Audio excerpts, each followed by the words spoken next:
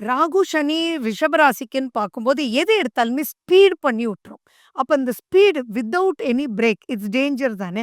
So accelerator மட்டும் ரொம்ப பெருசா வொர்க் பண்ண போது, அப்ப உங்க கண்ட்ரோல்ல உங்க மனசு எதுவாக இருந்தாலும் வச்சுக்கல அப்டின்னா, ரொம்ப வலிக்கு எடுத்துட்டு போய் பெரிய லெவல்ல மைனஸ் ஆயிடும். எல்லாமே எனக்கு தான் தெரியுமே! அப்டின்னு ஏன்னா நம்ம பக்கத்துல 2 நெகட்டிவ் பெர்சன்ஸ் இருக்காங்க. அப்ப அதீதமா ஒரு தைரியம் வரும்ல. அந்த தைரியம் தான் தப்பு. ஸோ, இப்ப அதீத தைரியம் எதானாலும் எனக்கு தெரியுன்ற ஈகோன்னு சொல்லிக்கலாம்.